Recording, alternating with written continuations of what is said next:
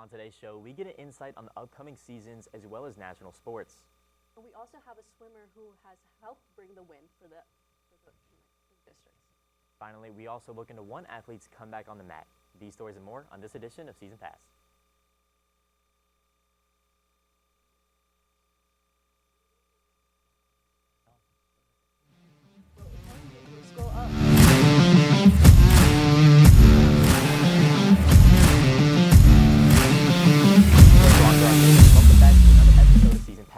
Live from Studio 1060, I'm Scamardo. And I'm Yuktha Vangaveti. And today we have a couple of reminders going around the school. And the number one being yearbook is, the last day to buy your yearbook is today, so make sure to buy your yearbook. Yeah. And also class portraits, they've now been hung up around the LGI and the nest. So if you want to go take a look, see if your name matches up with who you are. And if not, make sure to fill out a Google form to correct that. And we also have course selection being closed on Wednesday. So if you didn't get the classes you want to put in your course selection, you can always talk with your counselor in February to change it. So now getting started with basketball, our boys have started off the season with a 1-8 record in district with their sole win against Plano. Now they have an overall record of 7-17, and they took on Prosper last Friday, losing 31-71. Moving over to girls, they have had a district record of 10-2 and are currently second in district. With an overall record of 18-11, they beat Prosper 46-40. Guard Sophia Reed has accomplished many milestones this year with 150 assists and 1,000 career points in her high school career, and has as well as broken the single game record for most points in a single game during the McKinney game. She came out scoring 34. Now they're on pace to go to the playoffs for the first time in school history. Both teams will be going on the road to Plano East today, with the girls playing at 5:30 and the boys playing at 6:30. They will be playing McKinney Boyd on Saturday at home, with the girls playing at 1 and the boys at 2. Due to the weather, this game has had to be rescheduled.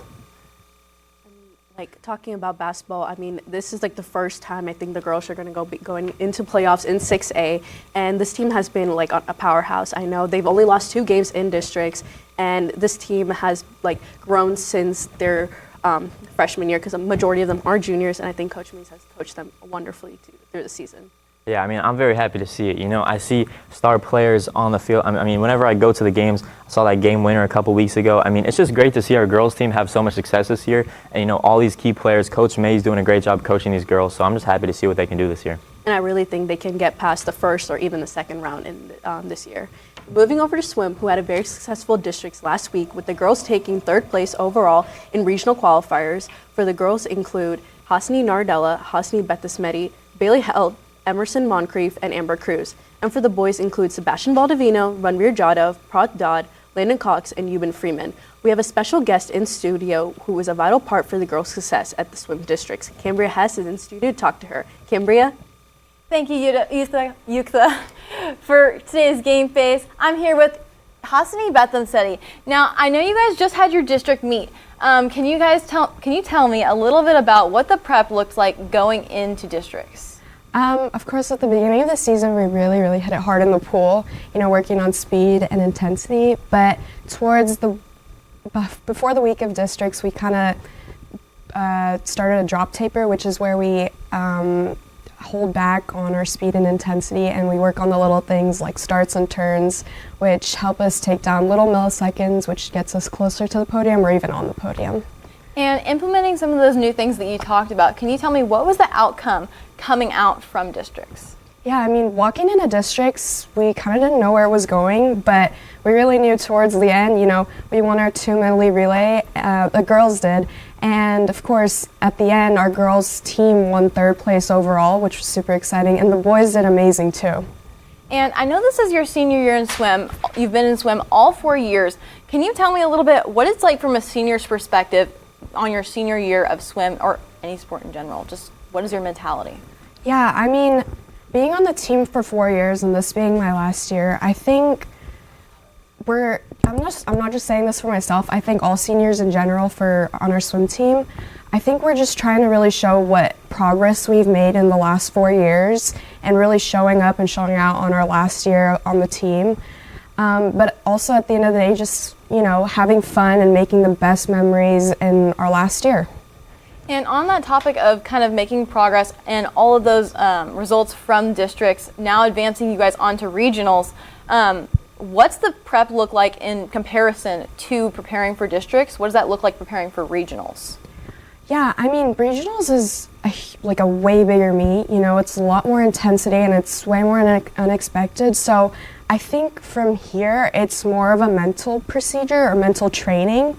You know, we're really just trying to get into the best mindset that helps us give our best performance at regionals, you know, which is like having a positive mindset, not being nervous, and just, you know, being super, super focused.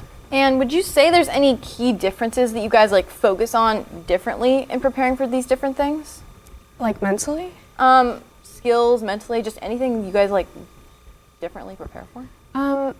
Yeah, I mean, you know, we're really just hitting it hard in the pool, of course. You know, trying to go back into that intensity thing before we start our drop taper again. But also, mindset-wise, just being super focused, like way more focused than we were for districts because it is like a way bigger meet. And finally, what is your guys' goal as a team for regionals? I think as a team, boys and girls-wise, we just want to show what we've been working on throughout the year, showing our best performance, trying to give our perfect races. But I think more specifically for the girls, we are really trying to, you know, get a podium spot in whatever we can and trying to make it state this year. Awesome. Well, thank you, Hassani. That's all for Game Face. I'm Cambria Hess. Now back to the desk. Now on to wrestling. Our boys and girls team has been filled with wins throughout the season. Notable wrestlers that have been consistently placing at tournaments are Arthur Nersessian, Caleb Davis, Elias Cordova, and Carson Muskis. While on the other side, the girls have been keeping it going with Luciana Vega de Alencar, Lillian Jukes, and Alexandra Cedric all being a huge part in their success. Today they are hosting districts in the Rock Hill Arena and will be taking it to state on Valentine's Day for the end of their folk-style season. Coming from 2 years of injuries, senior Caleb Davis is making up for lost time by taking on the mat and the classroom by storm. Aliana Sanchez has the story.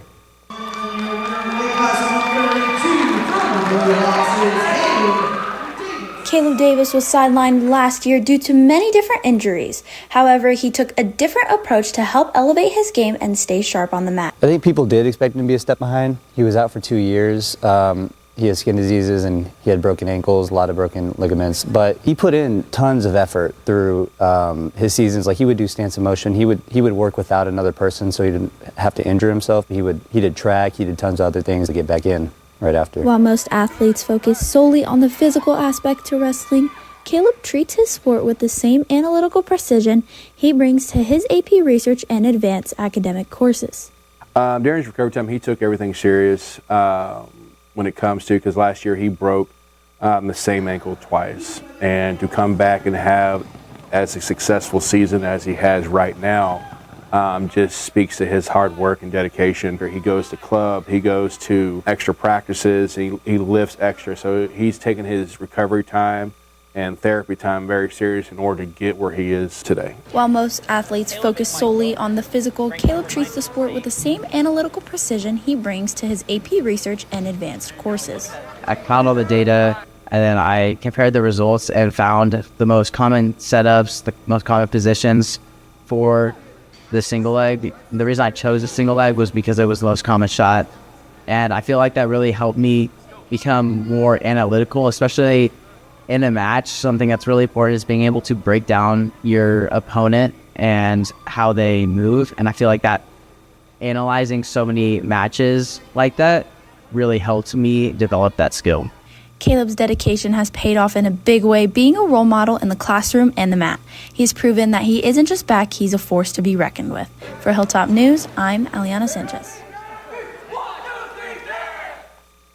This season, Caleb staged an incredible comeback, stunning his opponents at the Sci-Fair Classic by taking down the #1 seat in his weight class. Now ranked 9th in the state, you can see Caleb wrestle today at home as he competes in districts. Moving over to baseball, we have their season starting officially this Friday, their first game on February 9th at 4 p.m. against Dawson Eagles at home. We also have softball starting up their season at home today against Lebanon Trail at 5 and Memorial High at 7 o'clock. On Sunday, the NFL Conference Championships took place. Starting off with the AFC Championship, the Patriots headed to Denver to face off at a chance to represent the AFC in the Super Bowl. Last week, Broncos starting quarterback Bo Nix went down after the divisional round win against the Buffalo Bills. Backup Jared Stidham took the reins by obtaining the first lead of the game by scoring a touchdown on their second drive. But New England fought back, putting 7 on the board in the second quarter. It got rough in the second half when a blizzard came through, slowing down both teams. It remained scoreless until the Patriots kicked a field goal for a lead. The rest of the game would not go the Broncos' way, as a missed field goal and an interception would end their chance at Super Bowl 60, with the final score going in favor of the Patriots 7-10. Moving over to the NFC, the Rams and Seahawks matched up in Seattle for a spot to play in the Super Bowl. The Seahawks had a strong start and had the lead throughout the game. In the fourth quarter, the Rams attempted to take the lead, but with little time left on the clock, the Rams could not get to the end zone quick enough, and this ended the game 27-31 Seattle. The Patriots and the Seahawks will face off at Levi's Stadium on February 8th for Super Bowl 60. Now, the MVP race between Matthew Stafford and Drake May has been a close one. Stafford with 46 total touchdowns and 8 interceptions, with May having 36 touchdowns and 8 interceptions of his own. Currently, Matthew Stafford leads the odds and has become a strong favorite after the performance in his postseason, despite falling short of the Super Bowl. Now, I personally think that it should go to Stafford. I mean, he's going in 37 years old. I mean, he made Super Bowl a couple years ago, and with how much adversity they had to go through after that Super Bowl win, they were able to make their way back up. People said they weren't going to be back for years, but they're back, and I really think Stafford has been a key part in their offense. I mean, after seeing what happened a couple years ago to now, obviously they were struggling in the past couple years, but to get to where they are right now and making the NFC championship is great. And I mean, Stafford, he won in 2021, and then now going back to NFC. I think it's been amazing. And obviously Drake May, he's been here in the NFL for 2 years. I mean, he hasn't done a bad job, but I think compared to the both, I think Stafford has done a better job. So I think that it might go to Stafford, but if it goes to May too, they both deserve it. So congratulations to whichever one wins. Yeah, I mean, I know May, he's a great player. It's his second year and he's been in the Super Bowl. He will have success in the league. I mean, I'm sure he'll get one at some point, so we'll just see. I mean, comparing to what the Patriots were last year to now, they've made an amazing jump, and then going to the Super Bowl, and they haven't been to the Super Bowl in a couple of years, but coming in, May has changed their landscape. And then moving into the collegiate level, the 2025 college football season wrapped up last Monday in a game with Miami and Indiana at the Hard Rock Stadium. Starting off strong in the first half, Indiana scored 10 unanswered points to take the lead. Although they were trailing at half, Miami came back, scoring 21 points in the second half, along with 3 sacks. It came down to the wire in the fourth quarter with just under 2 minutes remaining. The score was 24-21 Indiana, where they got a field goal to go up an additional 3 points. Miami got the ball back, and quarterback Carson Beck threw a deep ball with 45 seconds remaining at the attempt to take the lead. Although he almost had it, it was intercepted by an Indiana defender, which ended the game in favor of the Hoosiers, 27-21. This put them in an undefeated season. And obviously it's amazing for college football team to win the college football championship, but for Indiana to go undefeated, it was truly amazing. I mean, a lot of people counted them out at the beginning of the season. I know a lot of people didn't even see them in this game, but going undefeated, having the Heisman winner and potentially the #1 draft pick going into this NFL season, I think they've turned their season and their program around for the better. Yeah, I mean, you look at it from Indiana's perspective, this has been like a movie for them. They have a great head coach that has been able to prove himself, and you see Fernando Mendoza coming in there. Lots of doubts throughout his entire career, but he gets a chance to prove himself, and that's what he did this season, going undefeated, the first championship Indiana has ever won. And then moving over to the NHL, the Dallas Stars currently have a record of 31 wins, 14 losses, and 9 ties with 3 straight victories. They played the Vegas Knights yesterday, winning 5-4 after winning the shootout. The Stars take on the Utah Mammoths at Utah on Saturday at 8 p.m.